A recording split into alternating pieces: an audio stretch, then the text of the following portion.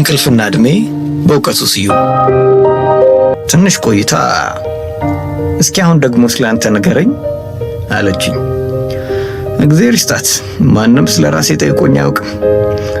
በጋዜጠኝነቴ ከፊል አዲስ አበባን ስጠይቅ ኖሬያለሁ። ወደ ቢሮ የሚመጣውን ሁሉ ትንሽና ትልቅ ሳልል እስኪ አሁን ደግሞ ስለ አስተዳደጎ ጥቂት ይንገሩኝ እላለሁ። አሁን እጅግ በሳል ጥያቄ አመጣ ብለው ይጀምሩና ስለ ራሳቸው ይተርኩልኛል።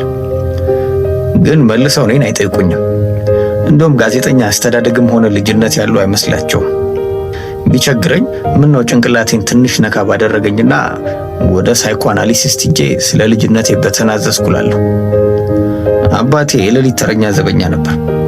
የመንደራችን የህብረተሰብ መምህር ድህነትን በ3 ደረጃዎች ቁልቁል ይመድቡታል። ድሃ፣ ሰቀቀናም ድሃና ጋሽ ተመስገን። ጋሽ ተመስገን አባቴ ነው። አባቴ ምንም ዘበኛ ቢሆን ከጥበቃ ባስተረፋቸው ሌሊቶች 12 ልጆችን መውለድ ችሏል። የደብራችን ቀሳውስት አዳዲስ ወንድሞቼን በማጥመቅ ተጠምደው ለፍትሃትና ለመክፍልት ጊዜ ስላላገኙ አባቴ መውለዱን አቁሞ መስገድ እንዲጀምር ባያሳስቡት ኖሮ በአገራችን አንድ አዲስ ነገር መፈጠሩ አይቀርም ነበር።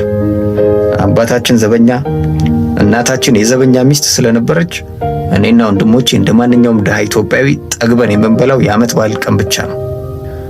ወላጆቼ እኔንና ወንድሞቼን ቀን ወይ ወደ ቅዳሴ ወይ ወደ እንጨት ለቀማ ወይ ወደ ተማሪ ቤት ይልኩናል።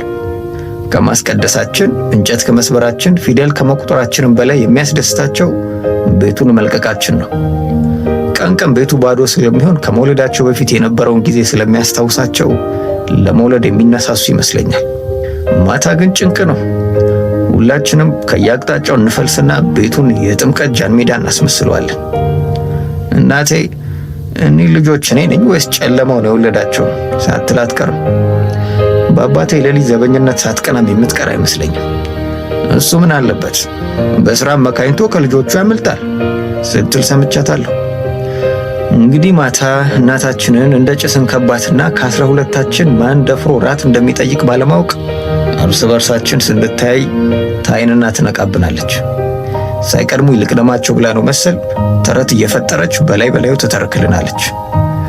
ተረት ባለቀባት ጊዜ በየተራ ያስነሳች ትመርቀናለች።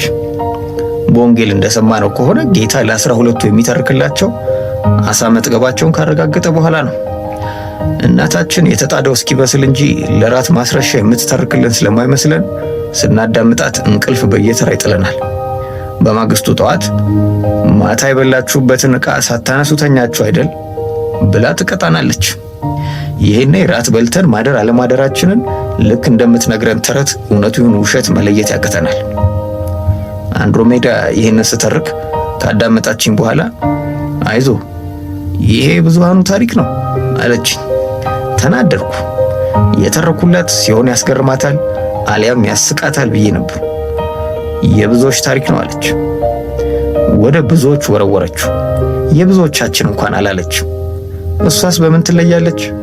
የእሷም አባት የኔም አባት አንድ ናቸው። ሁለቱም ሌሊቱን ነቅተው ያሳልፉታል። ግን ወዲያው ይሄ መመሳሰል ከንቱ መሆኑን ደረስኩበት። ለአባቴ ሌሊት መስቀሉ ነበር። የአንድሮሜዳ አባት ግን ሕያው የሚሆነው በሌሊት ነው። እንደ ሌሊት ወፍ በቀን ማየት አይችልም። ጓደኛ አለችህ አለችኝ። ሐዘኔ ብን ብሎ ሲጠፋ ታወቀኝ። ምናልባት ቅድም ስላንተ ንገረኝ አለችኝ ከሴት ጋር ያለኝን ግንኙነት እንድነግራት ይሆናል። አየኔ ነገር የረባ ልጅነት ያለኝ መስል ሻካራው እየጠረኩ ሙዚቃ ያለሰለሰው ጆሮዋን አሻከርኩት። አሁን ጓደኛ የለኝም ከማለቴ በዚህ አባባሌ ውስጥ አደጋ ታየኝ። አንድ ቀን የቤት አከራዬ ከአንተ በፊት እዚህ የነበረው ሰውዬ በሳምንት ቢያንስ 2 ቆንጆ ሴት ያመጣ ነበር አሉኝ። አባባላቸው ከኔ በፊት የነበረውን ተከራይ የማሞገሱን የመውቀስ ስላልገባኝ ጭጭ አልኩ።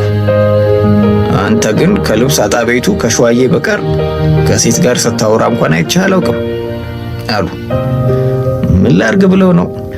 መቼም የጊዜውን አስቸጋሪነት ያውቁታል አልኳቸው፣ የሴት እጦቴን በበሽታ ፍርሃት በማሳበብ። እንዳልከው ጊዜው አስቸጋሪ ነው። ሴቶች ብርና ቁመና ይመርጣሉ ብለው ከንፈራቸውን ከመጠጡ በኋላ መፋቂያቸውን ጎረሱ።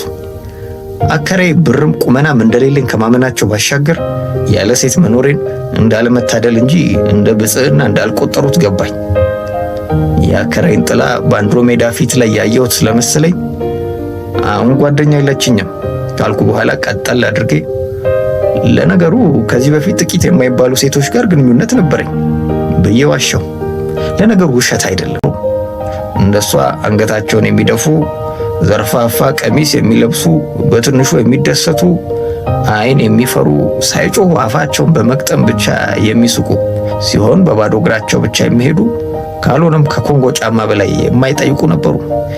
አየህ ሴት የምትባል ፍጡር ነበረች ብለን እንዳንተርት እንዳናወራ ሸዋዬን አተረፈልን ካሉኝ በኋላ እኔ እንደውም እንዳንተ ጎረምሳ ብሆን ኖሮ በሸዋዬ ምክንያት ነበር የምፋለም አሉኝ በቀኝ እጃቸው ጣቶች የሽጉጥ ቅርጽ ሰርተው።